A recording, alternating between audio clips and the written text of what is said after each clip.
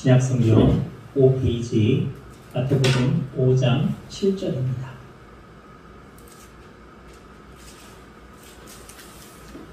우리 찾으셨으면 우리 두 번 독하도록 하겠습니다. 긍휼히 여기는 자는 복이 있나니 그들이 긍휼히 여김을 받을 것이요. 한번 읽겠습니다. 긍휼히 여기는 자는 복이 있나니 그들이 긍휼히 여김을 받을 것이며. 우리가 다시 팔복에 대해서 나눠보도록 하겠습니다. 우리가 지난 시간까지는 나눴던 팔복이 4개의 팔복을 같이 나눠봤었습니다. 첫 번째는 심령이 가난한 자가 복이 있다고 하였습니다. 이 심령이 가난한 것은 내 안에 오직 아무것도 할 수 없다는, 내 힘으로는 아무것도 할 수 없는 오직 하나님의 은혜만이 나를 이끌어 가시는 것에 대한 그런 갈급한 마음, 그런 가난한 마음이 심령이 가난한 것이라고 했습니다. 그리고 두 번째는 애통하는 자는 복이 있다고 했습니다. 이 애통은 내 안에 있는 죄성으로 인한 애통입니다. 그 갈급한 마음, 하나님 안에서 정말 하나님의 은혜만이 필요한, 그래서 그것을 간절히 사모하는 그런 애통하는 마음이었습니다. 세 번째는 온유한 자는 복이 있다고 했습니다. 이 온유한 자는 성품이 착하고 그런 게 아니라고 했어요. 하나님을 끝까지 신뢰하고 믿고 의지하며 하나님이 행할 것을 바라보며 참고 인내하는 것이라고 했습니다. 그리고 의에 줄이고 목마른 자는 복이 있다고 했습니다. 성경에서는 모든 의는 예수 그리스도를 가리킨다고 했습니다. 하나님의 의는 예수님이라고 했어요. 그래서 예수님만이 우리 영의 가라고 배고픔, 그것을 채워줄 수 있는 분이라고 하였습니다. 그래서 제가 이 의에 줄이고 목마른 자에 대한 그 복을 나눌 때는 수가성에 있던 사마리아 여인의 이야기도 했었고, 그 다음에 오병이어 기적 이후에 예수님이 나는 하늘로부터 내려온 영원한 생명의 떡, 그 만나라고 하셨던, 우리가 그것들을 같이 나눠봤었습니다. 우리가 지금까지 살펴봤던 4개의 팔복은요, 팔복 중에 이 4가지는요, 굳이 구분을 해보자 한다면 하나님과 나와의 관계가 그 중심에 있습니다. 그러니까 내가 하나님 안에서 어떠한 마음을 가지고 있느냐를 우리에게 알려주고 있는 것입니다. 마치 10계명이요, 1계명에부터 4계명까지는 나와 하나님과의 관계를 얘기하잖아요. 그거와 같은 거예요. 지금 팔복도요, 처음의 복부터 4가지의 복은 그러한 관계를 중심으로 가지고 예수님이 설명하고 계십니다. 그런데 우리가 오늘부터 살펴본 팔복은요, 하나님과의 그런 관계 속에서 새롭게 변화되어야 된 심령을 가지고 복을 받은 우리가 이 세상을 살아가는 사람들과 부딪혀 살아가면서 갖게 되어야 할, 가져야 할 그리스도인의 삶에 대해서 가르치고 계십니다. 오늘 예수님은 긍휼하심에 관해서 말씀하고 계십니다. 긍휼히 여기는 자는 복이 있나니 그들이 긍휼히 여김을 받을 것이며, 복이 있는 사람은 다른 사람을 긍휼히 여기는 사람입니다. 왜냐하면 그들이 긍휼히 여김을 받을 것이기 때문입니다. 긍휼히 여기는 자는요, 헬라어로요, 호이 엘레에모네스라고 하는데요, 엘레에모네스는요, 자비라는 뜻을 가진 엘레오스에서 파송된 단어입니다. 그리고 엘레오스는요, 히브리어로는요, 헤세드라고 해요. 헤세드. 이 헤세드의 뜻은요, 사랑과 긍휼과 자비를 뜻합니다. 우리가 잘 아는 호세아 6장 6절, 나는 인애를 원하고 제사를 원하지 아니하며 번제보다 하나님을 아는 것을 원하노라고 하나님의 했던 그 말씀 속에서 이 인애가 헤세드입니다. 헤세드. 구약에서의 헤세드는요, 하나님과 인간의 언약적인 관계에서 발생하는 태도를 의미해요. 하나님과 우리 인간의 언약적인 게 뭡니까? 하나님이 택하신 백성이라는 것이고, 우리는 그 하나님의 말씀대로 살아가야 된다는 것이죠. 하나님은 우리를 택하셨다는 것입니다. 그런데 이것은요, 단지 감정이나 성품이 아니라 신뢰를 바탕으로, 그것을 기반으로 한 구체적인 행위를 가리킨다는 거예요. 그러니까 머릿속으로만 관념적에서만 그치는 것이 아니다라는 거예요. 행동으로까지 나아간 것입니다. 구체적인 행동을 포함한 것. 그것이 구약에서의 헤세드예요.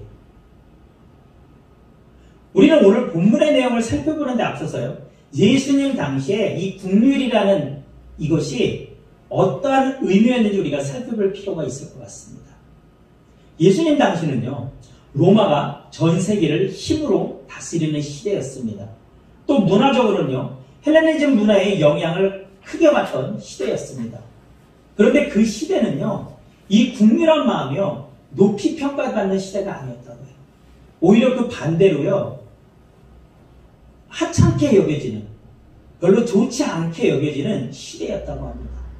그 당시 사람들은요, 국률은요, 나약한 사람들이나 하는 짓이라고 생각했다고 해요. 나약한 사람들이나 하는 짓. 그래서 어떤 철학자는요, 이렇게 말했습니다. 국률은 영혼의 질병이다. 또 우리가 잘 아는요, 철학가인 아리스토텔레스는요, 노예는 살아있는 연장이다라고 말했다고 합니다. 그러니까 그 당시는요, 남을 국률이 여기는 마음이 굉장히 드물었던 시대라는 거예요. 드문 거에 한 걸음 더 나아가서 오히려 그것이 냉대받던 시대였다는 것입니다.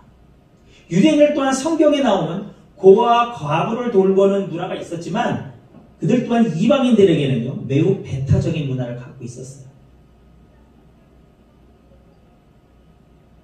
이방인들에게 자신들 유대의 민족을 제외한 자들에게는 유대인들은 여러분 굉장히 냉정했습니다.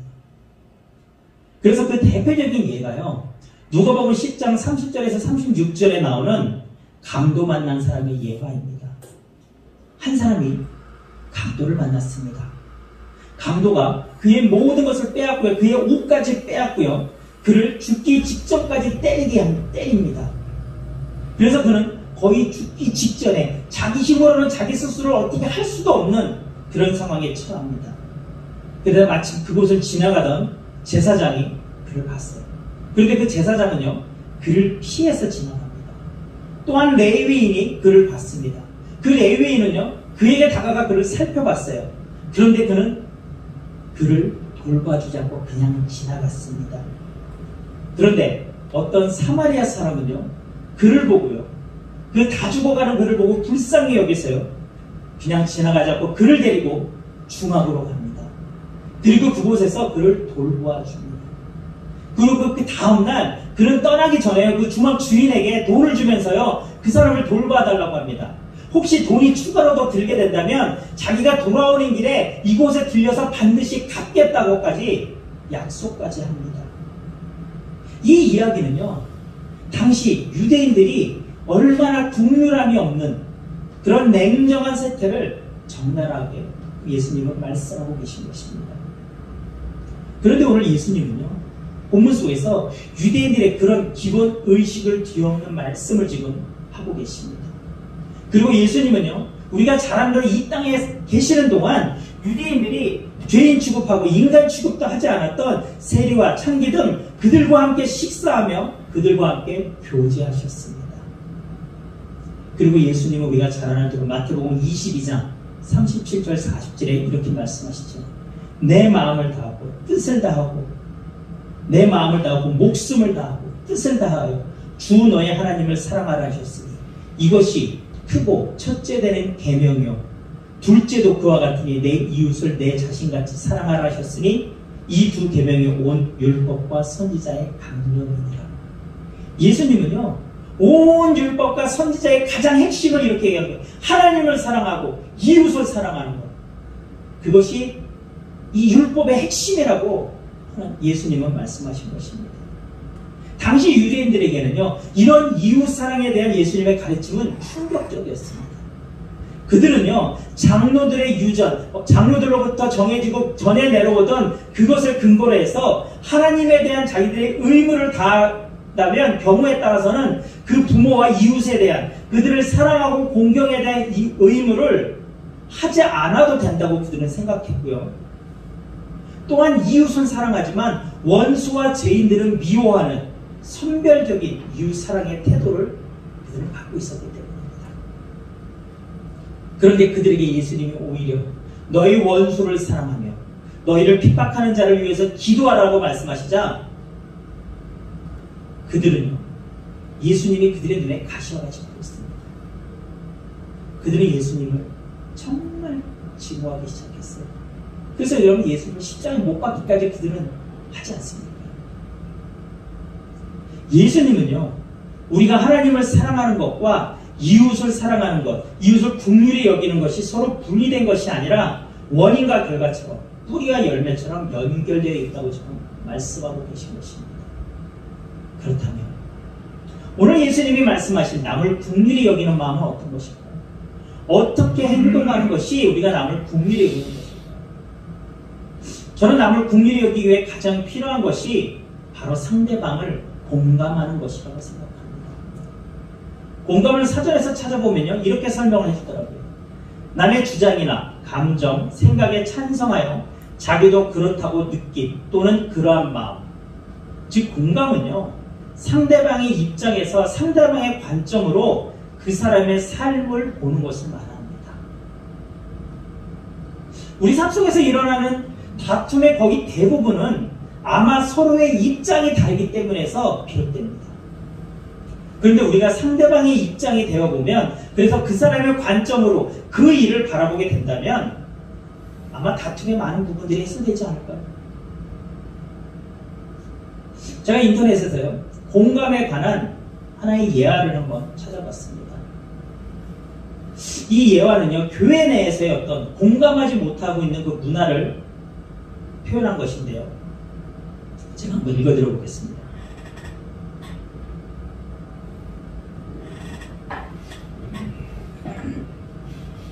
제목이요, 똑똑한 권사, 무자비한 부목사, 개념 없는 전도사입니다. 남편이 5년 동안 암으로 투병하다 세상을 떠난 집사님이 있었습니다. 그 집사님에게 딸 둘과 막내인 아들이 하나 있었습니다. 남편이 죽은 후 집사님은 호프집을 운영하며 겨우겨우 살아가고 있었습니다. 그러던 어느 날 아들이 자전거를 타고 가다가 건널목에서 파란 불이 들어오기를 기다리다 불이 들어오자마자 자전거 페달을 밟았습니다. 그런데 덤프트럭 하나가 신호가 바뀌는 것을 보고 서지 않고 속도를 높였습니다. 자전거를 탄 아이는 그 자리에서 직사하였습니다. 그 사고의 현장에서 엄마 집사님은 아들이 처참하게 죽는 모습을 보았습니다. 소식을 듣고 장례식장으로 갔습니다. 집사님은 울지도 못하고 완전히 정신이 나간 상태였습니다. 그 사건은 제게 오늘날 교회의 단면을 총체적으로 보게 되는 기회였습니다. 똑똑한 권사님. 가장 먼저 똑똑한 권사님 이야기를 하겠습니다. 정신이 나간 그 집사님에게 다가가 손을 잡고 권사님은 나도 이런 어려움을 다 겪어봐서 지금 심정을 다 이해한다고 말했습니다. 그러면서 자신의 남편이 어떻게 죽었는지, 어떻게 자식을 먼저 보냈는지를 녹음기를 틀어놓은 것처럼 반복했습니다. 권사님은 자리가 날 때마다 그 이야기를 사람들에게 하였습니다. 그리고 한마디를 덧붙였습니다. 내가 술 장사를 해서 이런 일이잖아요. 굳이 해설을 하지 않겠습니다. 그러나 분명한 것은 바로 이 똑똑한 권사님이 오래도록 교회에 나와 신앙생활을 잘하신 오늘날 그리스도인들의 전형적인 모습입니다. 제가 똑똑하다는 형용사를 사용한 것은 사실 우리를 가장 아프게 하는 것이 바로 그것이기 때문입니다. 그리스도인들이 너무 똑똑합니다. 무언가 거들어야 하고 기왕에 말을 시작했으면 자신의 입으로 결론을 내려야 합니다. 이런 경우 문제가 되는 것은 아는 것입니다. 경험입니다. 똑똑한 권사님은 결코 자신이 하나님을 모독하고 있다는 사실은 결코 알지 못할 것입니다. 너무 똑똑해서. 무자비한 부목사님. 그러나 똑똑한 권사님보다 더 화가 나는 사람은 부목사였습니다. 집사님이 경황이 없었기 때문에 부목사님이 덤프트럭 회사와의 사건 처리 과정에서 협상을 맡았습니다. 9천만 원의 합의를 보았습니다. 합의가 끝난 후 한 권사님이 집사님을 찾아왔습니다. 그리고 목사님이 수고를 하셨는데 수고비를 드렸느냐며 물었습니다. 안 드렸다고 대답을 하자 그 권사님이 그러면 되냐면서 수고하신 목사님에게 수고비를 드리라고 했습니다. 집사님은 도무지 이해가 안 되었지만 봉투에 30만 원을 담아 목사님에게 드렸습니다. 저는 당연히 그 부목사님이 수고비를 거절하실 줄 알았습니다. 하지만 거절하지 않았습니다. 부목사님이 그 돈을 받았느냐고 묻자 아무 말 하지 않고 주변을 살피더니 얼른 주머니에 집어넣었다고 하였습니다. 할 말이 없습니다. 도대체 어떤 마음을 가졌기에 그 피 묻은 돈을 챙길 수 있었을까요? 그 부목사님은 얼마 후 부산에 있는 꽤 큰 교회로 청빙을 받아 가셨습니다. 드문 일이었습니다. 당시에도 어지간해서는 부목사가 청빙을 받는 일이 없었기 때문입니다. 그 부목사님이 어떻게 청빙을 받을 수 있었을까요? 정말 하기 싫은 말이지만 그렇게 무자비한 마음을 가졌기 때문에 청빙을 받을 수 있었을 것입니다. 자신의 유익을 위해서라면 수단과 방법을 가지지 않는 그 마음이야말로 청빙의 관건이 되었는지도 모르겠습니다. 그 목사님을 생각하며 제게 떠오른 형용사는 무자비입니다. 개념 없는 신방묘 전도사님. 사건이 있은 후 꽤 오랜 시간이 지난 후에 집사님은 덤프트럭 회사에서 보상금을 받았습니다. 하지만 집사님은 그 돈을 단 한 푼도 쓸 수가 없었다고 하였습니다. 아들의 목숨값이기 때문입니다. 보상금을 받았다는 소식이 교인들에게 퍼졌습니다. 그러자 집사님 구역의 신방여 전도사님이 찾아왔습니다. 그리고는 심각하게 보상금을 받았느냐고 물었습니다. 받았다고 대답하자 여 전도사님은 그러면 그 돈에 대한 11조를 드렸냐고 물었습니다. 집사님이 그 돈은 목숨값이기 때문에 한 푼도 건드릴 수가 없다고 대답하였습니다. 그러자 여 전도사님은 그렇기 때문에 그 돈에 대한 11조를 드려야 한다고 말했습니다. 정말 개념이 없다고 말할 수밖에 없는 상황입니다. 집사님이 11조를 드렸는지는 확인할 수 없습니다. 제가 다른 교회에서 일하게 되었기 때문입니다. 그 여조 전도사님이 왜 집사님에게 11조를 해야 한다고 말했을까요? 교회 사역자들이 끊임없이 실적에 대한 걱정을 하기 때문일 것입니다. 이러면서 쭉 얘기가 이어져 내려옵니다. 이 글이 어떠한 목사님, 어떤 교회 목사님이 올리신 글이에요. 저는 이 글을 읽으면서 이 이야기가 실화인지 지어낸 예화인지는 모르겠습니다. 어쩌면 예화였으면 좋겠다는 마음이 제게도 있는지는 모르겠어요. 너무 부끄럽잖아요. 그런데 우리 그리스도인들이요, 어떤 면에서는요, 세상 사람들보다 더 무자비하고 공감 능력이 부족한지를 적나라하게 보여주는 글이라고 저는 생각을 합니다. 신앙이라는 그 앞에서 우리는 가장 중요한 것이 무엇인지를 잊고 살아가고 있는 것입니다. 제가 서두에 얘기했던 선한 사마리아인의 얘기도 지금 얘기와 같은 맥락입니다. 그 선한 사마리아인의 이야기에서 제사장과 레위인은요, 모두 성전에서 일하는 사람들입니다. 아마 그들은요, 부정한 자는 하나님 앞에 나갈 수 없다는 그 율법 때문에 혹시 다 죽어가는 그 사람들을 만졌을 때 그 사람이 결과적으로 죽게 되었을 때 자기가 부정하게 되어서 그 성전에서 일을 할 수 없다는 생각 때문에 그를 그냥 지나쳐 갔을지도 모르겠습니다. 그런데 중요한 것은요, 그것은 절대 하나님이 기뻐하시는 행동이 아니었다는 것입니다. 예수님은 제자들에게 분명히 말씀하셨습니다. 인간 대접 못 받는 사마리아였지만 고난 중에 있는 그를 돌본 사람이 그가 강도 만난 자의 진정한 이웃이라고 말합니다. 예수님은요, 마태복음 25장 40절에 또 이렇게 말씀하십니다. 임금이 대답하여 이르시되 내가 진실로 너에게 이르노니 너희가 여기 내 형제 중에 지극히 작은 자 하나에게 한 것이 곧 내게 한 것이니라.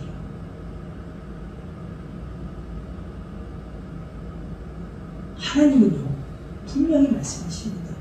나는 인애를 원하고 제사를 원하지 아니하며 번제보다 하나님을 사랑하는 것을, 하나님을 아는 것을 원하노라. 하나님이 우리에게 원하시는 거는요, 제사나 번제, 제사를 드리지 말고 번제를 드리지 말라는 것이 아닙니다. 하지만 그것들보다 더 중요한 것이 하나님을 사랑하고 그 사랑하는 마음으로 내 이웃을 사랑하는 마음, 사랑해야 된다는 것입니다. 남을 긍휼히 여겨야 한다는 것입니다. 왜 우리가 남을 긍휼히 여겨야 합니까? 여러분, 우리가 남을 긍휼히 여겨야 되는 이유가 있습니다. 우리가 남을 긍휼히 여겨야 되는 이유가 내가 남보다 우월해서 나보다 아랫사람을 그냥 돌보는 그런 개념이 절대 아닙니다. 내가 먼저 하나님께 긍휼하심을 입은 존재이기 때문입니다. 우리 같이 성경 한번 찾아보겠습니다. 에베소서 2장 3절에서 5절입니다. 신약성경 311페이지입니다. 신약성경 311페이지 에베소서 2장 3절에서 5절입니다. 에베소서 2장 3절에서 5절 신약 311페이지입니다.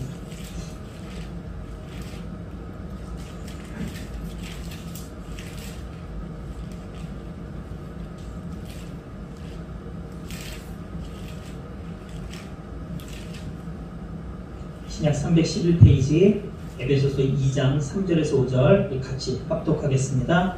전에는 우리도 다 그 안에서 우리의 육체의 욕심을 따라 지내며 육체와 마음에 원하는 것을 하여 다른 이들과 같이 본질상 진노의 자녀였더니 긍휼이 풍성하신 하나님이 우리를 사랑하신 그 큰 사랑을 인하여 허물로 죽은 우리를 그리스도와 함께 살리셨고 너희는 은혜로 구원받은 것이라. 여러분 뭐라고 합니까? 우리 또한 본질상으로는 진노의 자녀였다는 거예요. 지옥까지 갈 수밖에 없는 그런 자들이었다는 것입니다. 하지만 긍휼이 풍성하신 하나님이 저와 여러분을 사랑하셔서 그 크신 사랑으로 인하여서 예수 그리스도를 이 땅에 보내시고 그 예수 그리스도의 십자가의 죽으심과 부활로 말미암아 우리가 그 은혜로 구원받았다는 것입니다. 우리가 그렇게 그 긍휼하심으로 구원받은 자들이기 때문에 우리 또한 그 받은 긍휼의 그 은혜를 나눠야 한다는 것입니다. 베드로전서 2장 10절은 이렇게 얘기해요. 너희가 전에는 백성이 아니더니 이제는 하나님의 백성이요 전에는 긍휼을 얻지 못할 때니 이제는 긍휼을 얻은 자니라. 우리가 하나님 앞에 긍휼을 얻은 자이기 때문입니다. 내가 먼저 하나님께 긍휼하심을 입은 존재이기 때문에 우리는 그 은혜를 감사하는 마음을 나누는 것입니다. 이것이 하나님을 사랑하는 마음이고요. 이웃을 내 몸과 같이 사랑하는 마음의 가장 중요한 기본 바탕입니다. 남을 긍휼히 여기는 마음은요. 하나님께서 사랑하는 마음을 주셔서 그것이 넘쳐 흐를 때만 사람을 사랑하는 것이 아닙니다. 하나님이 내게 은혜를 주시면 여러분 그 은혜가 내 속에 충만 있을 때는 여러분 우리는요 굉장히 너그러워집니다. 굉장히 상대방에 대해서 여러분 많은 호의를 갖고 남을 긍휼히 여깁니다. 하지만 여러분 그 은혜가 내게서 점점점 떨어져 가면 여러분 우리의 마음은 강팍해집니다. 그런데 오늘 성경은 우리에게 분명히 말씀하고 계신 거예요. 그 은혜가 내게 충만하게 느껴지지 않는 그 순간에도 우리는 하나님의 말씀하신 것이 이해가 되지 않아도 그래도 주님의 말씀에 순종할 때 하나님의 그 사랑이 우리 안에 부어진다는 것입니다. 내가 움직일 때 하나님의 그 마음속에 내 마음속에 하나님의 사랑을 부어주신다는 것입니다. 그래서 우리는 그 사랑을 나눌 수 있게 된다는 것입니다. 사람을 진정으로 사랑한다는 것은 설득력 있는 말과 지혜로 하는 것이 아닙니다. 자신의 말과 지혜를 버리고요. 예수님 안에서 예수님의 말씀대로 예수님과 연합하여서 그분의 뜻에 순종할 때 비로소 저와 여러분의 말과 행동이 진정한 사랑으로 표현되는 것입니다. 우리 그리스도인들은 세상 사람들과는 다르게 살아야 합니다. 다른 기준을 가지고 살아야 되고요. 다른 가치관을 가지고 살아야 합니다. 그리고 그렇게 다르게 사는 것에 대해서 스트레스 받고 번뇌하고 고민하는 것이 아니라 그렇게 다르게 사는 것이 내게 기쁨이고 감사해야 됩니다. 내가 정말 그 안에서 사는 것이 너무 행복하다고 우리는 느끼며 누리며 살아야 합니다. 예수 그리스도 안에 있는 삶이 우리에게 가장 큰 즐거움이고요. 기쁨이고요. 감사의 조건임을. 그래서 그 받은 바 은혜를 나누는 그런 축복의 삶이 저와 여러분에게 있어야 합니다. 긍휼히 여기는 자는 복이 있느니 그들이 긍휼히 여김을 받을 것이며 저와 여러분은 복이 있는 자입니다. 이미 하나님 앞에 긍휼히 여김을 받은 자이기 때문입니다. 이제는 그 긍휼하심을 주님이 내게 베풀어주신 그 긍휼하심을 세상과 나누는 세상 사람들과 나누는 저와 여러분이 되시기를 주님의 이름으로 축원합니다. 우리 찬양하고 이것을 위해 기도하겠습니다.